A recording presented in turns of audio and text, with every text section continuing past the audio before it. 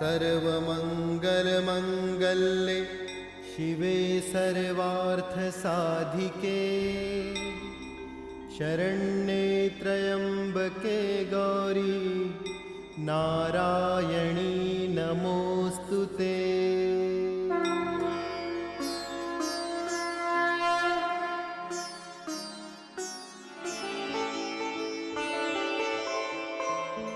श्रद्धा, अब तुम भी एक खुशखबरी जल्दी सुना दो।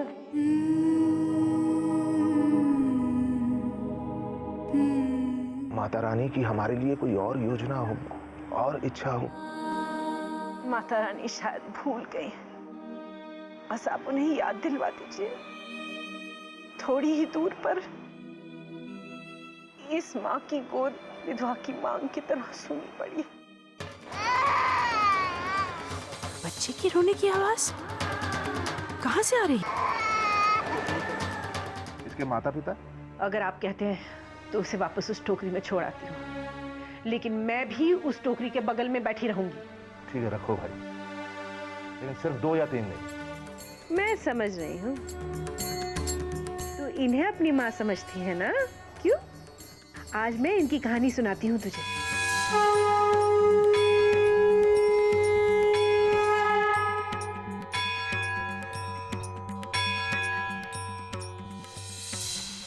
तीनों महाशक्तियों को मेरा प्रणाम स्वीकार हो। बताइए मुझे क्या करना है? शोभे, तुम्हारा ये दिव्य शरीर हम तीनों देवियों के तेजो अंश से प्रकट हुआ है। तुम जहाँ भी रहोगी, हम तीनों की शक्तियाँ सदैव तुम्हारे साथ रहेगी। देवी, धरा पर श्री राम के रूप में भगवान विष्णु का अवतरण हो चुका है। वह पापी असुरों का संहार कर धरती पर सुख शांति की स्थापना करेंगे, धर्म मर्यादाओं को पुनर्जीवित करेंगे। महाशक्तियों, ऐसे में मुझे क्या करना है? बताइए, मैं क्या करूं? तुम्हारा कार्य होगा लोक जीवन में शुभ कर्म और शुभ विचारों की प्रस्थापना करना। इन्हीं पर धर्म की नींव टिकी हुई है। राम जहाँ क्षत्रिय बल अर्थात अस्त्र शस्त्रों के बल पर असुरों का विनाश करेंगे, वहाँ तुम लोक जीवन की पूर्ण स्वर्णा बनकर धरती पर मानव धर्म की स्थापना करोगी। महाशक्तियों, आपकी आज्ञा शिरोधार्य है, किंतु आप तीनों द्वारा दिया गया यह शरीर अभी मेरा तेजस्वी रूप है। मैं इस पार्थिव जगत में इस तेजस्वी शरीर से क्या कर पाऊंगी? तुम्हारा कथन सत्य है देवी। राम काज के लिए तुम्हें भी मानव शरीर धारण करना होगा। ये कैसे संभव होगा महाशक्तियों? तुम्हें दक्षिण क्षेत्र में जाकर रत्नाकर की पुत्री का स्थान ग्रहण करना होगा। वो कई जन्मों से हम तीनों देवियों की भक्ति भाव पूर्वक आराधना कर रहा है। अब उसकी साधना पूर्ण हो चुकी है और हम उसकी मनोकामना पूर्ण करना चाहती हैं। हम तीनों के अंश रूप में तुम्हें पाकर रत्नाकर धन्य हो जाएगा। साथ ही राम काज में सहायता कर तुम धरती पर रामराज की सुगंध फैलाओगी। जो आज्ञा महाशक्तियों, मैं आपके आदेश का पालन करूंगी।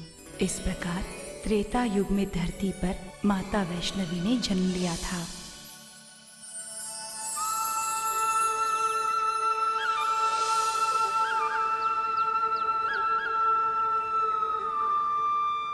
ओम सूर्याय नमः। ओम सूर्याय सूर्याय ज्योति नमः।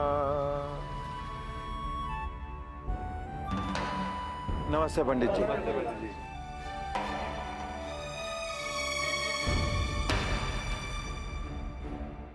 पंडित जी, हमने बहुत कोशिश की इसके माँ बाप को ढूंढने की, लेकिन आज तीसरा दिन है, उसे लेने कोई नहीं आया।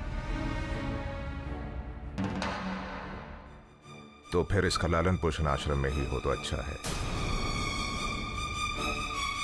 अब्दुल मेरे साथ आओ।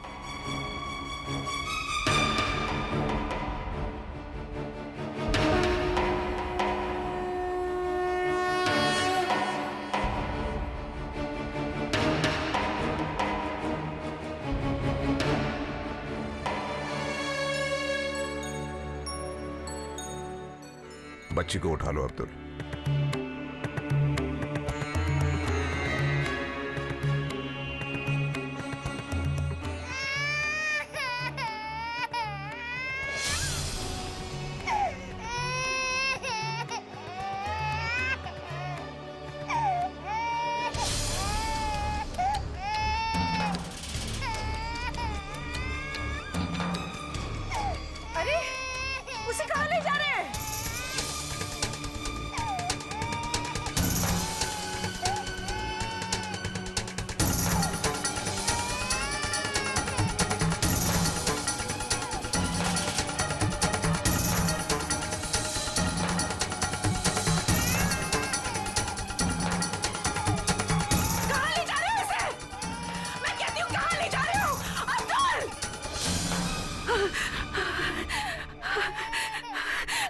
ले जा रहे हो इसे? आश्रम।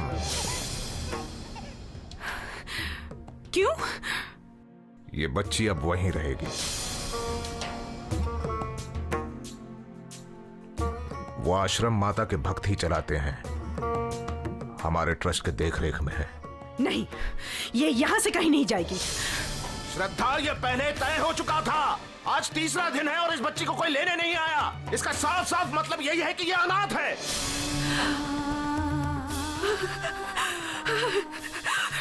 नहीं, ये बच्ची अनाथ नहीं है। मैं जानती हूँ इसकी माँ को।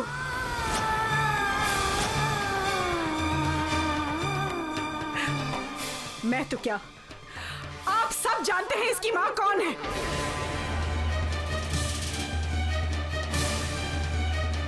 कौन है इसकी माँ? वो इसी घर में रहती है।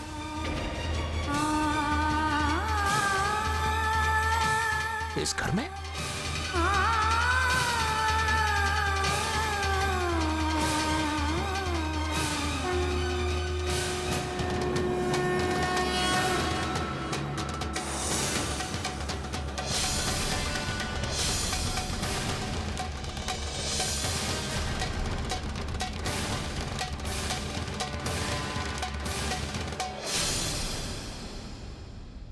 वो रही है, वो है इसकी माँ।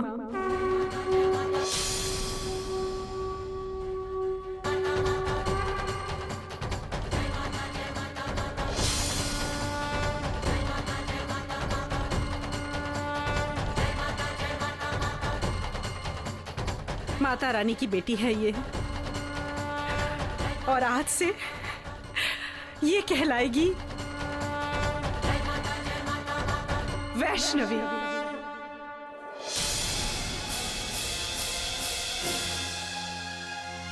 जिस घर में आपकी माँ रहती है ना पुजारी जी, वो घर आपका अपना कहलाता है। ये घर वैष्णवी का घर है। आज से ये इस घर की बेटी कहलाएगी। तुम्हें इस बच्ची से मोह हो गया है। श्रद्धा, ये तुम्हारी बच्ची नहीं है। तुमने इसे जन्म नहीं दिया है। सच है पुजारी जी, जन्म तो इसने मुझे दिया है।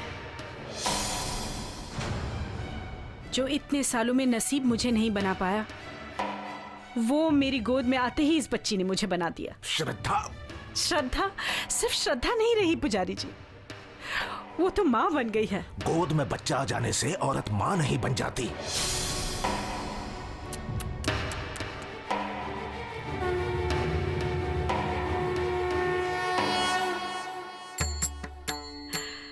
माँ का दिल तो आपकी माता रानी ही समझेंगी पुजारी जी, आप नहीं।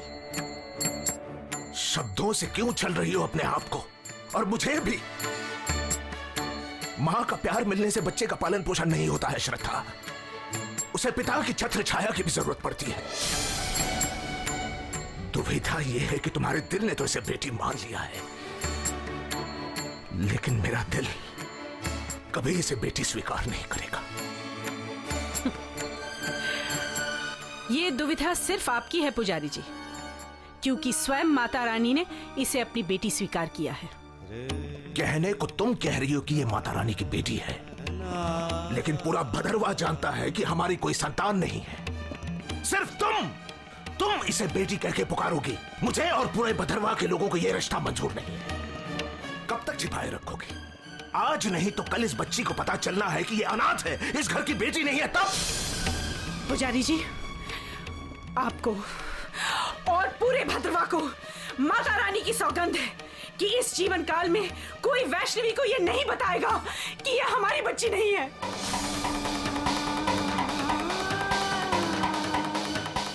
ये हमारी बेटी है और हमारी बेटी ही कहलाएगी। माता रानी ने अपनी बच्ची मुझे सौंपी है। कोई मेरी ममता को झूठा ना कहे। यशोदा मैया की तरह मैं हमेशा इसकी मां कहलाऊंगी। और विद्यासागर इसके पिता। हाँ, तू अपनी मां के साथ इस घर में रहेगी। इस घर की बेटी कहलाएगी तू।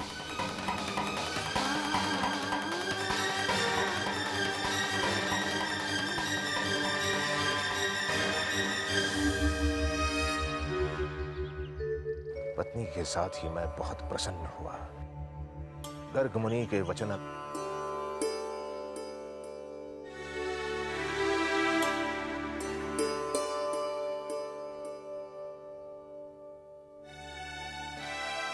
क्या बात है? आप अभी भी नाराज हैं मेरी बेटी से? क्या हुआ? आप कुछ बोलते क्यों नहीं?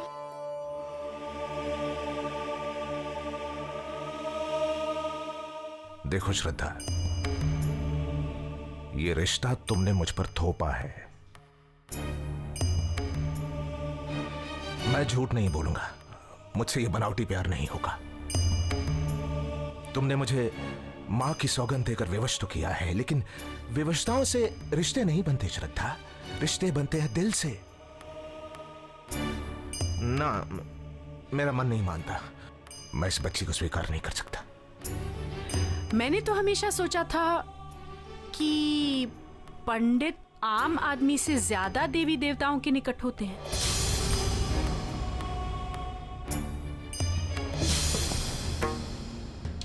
हाँ, मैं पंडित हूं, लेकिन एक इंसान भी हूं। देवता नहीं, और इतना महान भी नहीं हूं कि किसी गैर को गले लगाकर हमेशा के लिए अपना बना लूं। तुम दुनिया भर कहती फिरो मेरी बेटी है, मेरी बेटी है, मैं नहीं कह सकता, और मैं इस बात से इनकार भी नहीं करूंगा।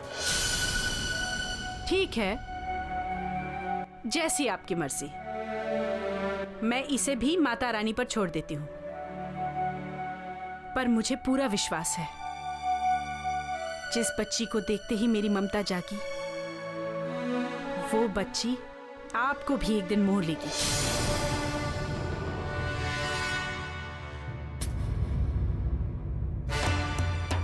मां बनने की लालसा में तुमने अपने पति के मान मर्यादा का भी ख्याल नहीं किया। जात पात धर्म योग कुछ नहीं जानती इस बच्ची के बारे में, और उठा के ले आए पंडित विद्यासागर के घर में। लेकिन तुम्हारी इस मनमानी का प्रायश्चित मुझे करना होगा। प्रायश्चित? कैसा प्रायश्चित? तुमने तो इसे बेटी मान लिया है, लेकिन जब तक मेरा दिल इसे बेटी स्वीकार नहीं करेगा, तब तक इसे माता के उस बड़े मंदिर में प्रवेश की अनुमति नहीं है। ये उस मंदिर से वर्जित है।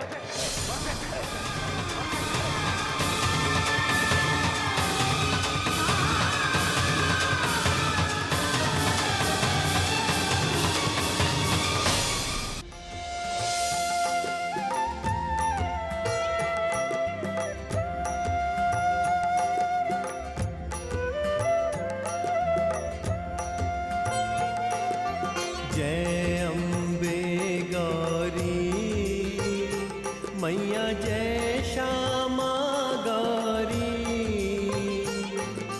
तुमको निश दिन ध्यावत, तुमको निश दिन ध्यावत, हरि ब्रह्मा शिव जी। ओम जय अम्बे गौरी।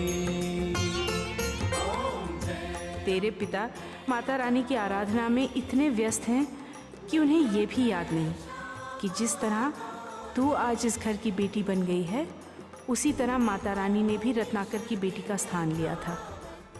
तुझे याद है, मैंने वो तुझे कथा सुनाई थी जिसमें महालक्ष्मी, महासरस्वती और महाकाली के आदेश पर स्वयं माता रानी ने रत्नाकर के घर में बेटी बनकर जन्म लिया था। अब तू आगे सुन। एक रोज रत्नाकर अपनी पत्नी के साथ अपने महल के आसपास घूम रहा था।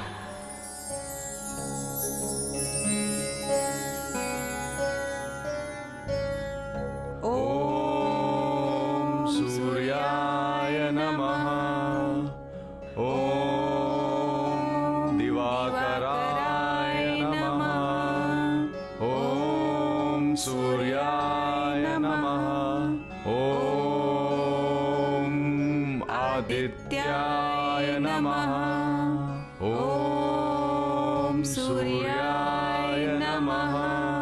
ओम दिवाकराय नमः।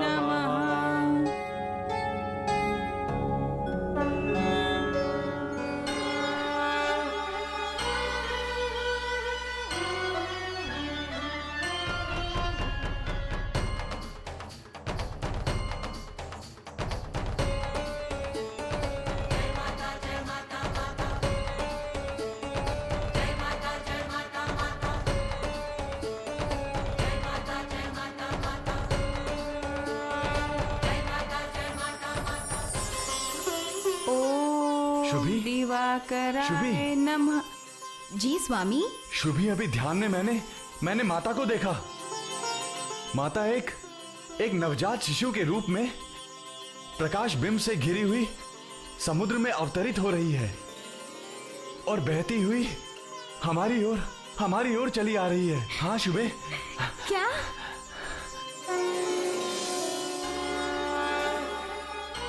वो देखो शुभे, वो देखो। चलो।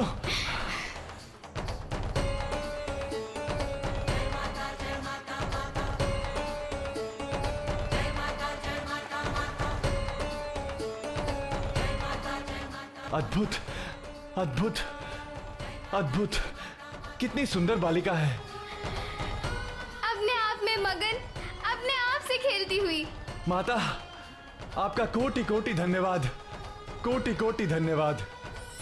ओम हरि ओम स्वस्ति नो मिलितामस्मिनः भगः स्वस्ति नः देव्यो दितिरङ्गः स्वस्ति नो पूषा असिरो दधातु नः स्वस्ति नः द्यावा वृद्धिरिषुते पुनः ओम स्वस्ति नः वायो ब्रह्मः स्वस्ति नः भुवन सरस्वतिः ओम बृहस्पति सद्गणः स्वस्तये स्वस्तियः आदित्यासो भवन्तु नः ओम। महाराज, ये कन्या आपको श्रवण नक्षत्र के दूसरे चरण में मिली है। इस नक्षत्र के स्वामी स्वयं भगवान विष्णु है महाराज। पुनः इस लग्न कुंडली में पंचम भाव में देवगुरु बृहस्पति विराजमान है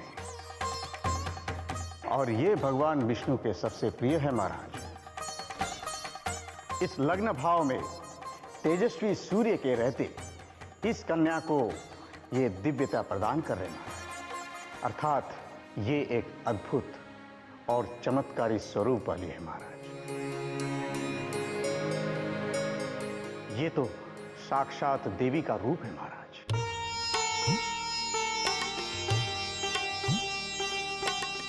आचार्य जी, मेरी पुत्री के वैवाहिक जीवन के बारे में कुछ बताइए। महारानी जी, कभी कभी कुछ प्रश्नों का उत्तर समय के गर्भ में छुपा होता है। समय आने पर इस प्रश्न का उत्तर आपको अवश्य मिलेगा।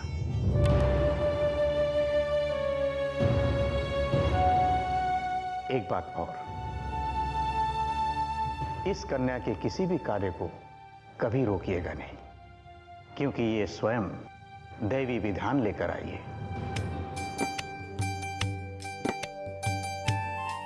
आपने इसके नाम पर तो विचार किया होगा आचार्य जी। ये श्रीहरि भगवान विष्णु के प्रभाव से दीप्त है, इसलिए इस कन्या का नाम उन्हीं भगवान विष्णु के स्वरूप वैष्णवी रखना उचित होगा महाराज। तो वैष्णवी, ऐसे उसका नाम वैष्णवी रखा गया। वैसे ही मैंने भी अपनी माता रानी की बेटी का नाम वैष्णवी रख दिया।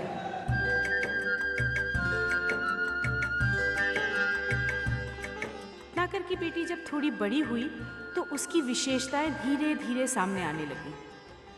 बचपन से ही बड़ी अद्भुत बच्ची थी, मस्त मौला, अपनी ही दुनिया में मगन। हो नन्ही नन्ही कली खिली है आंगन में, हो चलत गिरत फिर उठत चलत है, कितनी प्यारी लागे। हो बाजे पायल झनक झनक नन्हे पैरों से भागे। पंख लगा के समय उड़े ना हाथ किसी के आए, बीत गया कैसे बचपन कोई ये समझ ना पाए। प्यारी प्यारी बातें बस जाती मन में, नन्ही नन्ही कली खिली है आंगन में, नन्ही नन्ही कली खिली है आंगन में। ओ नन्ही नन्ही कली खिली है आंगन में। वैष्णवी, वैष्णवी, वैष्णवी, वैष्णवी,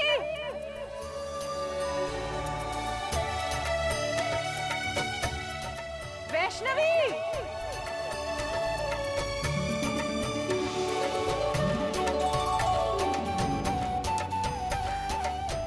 वैष्णवी, वैष्णवी, वैष्णवी, वैष्णवी।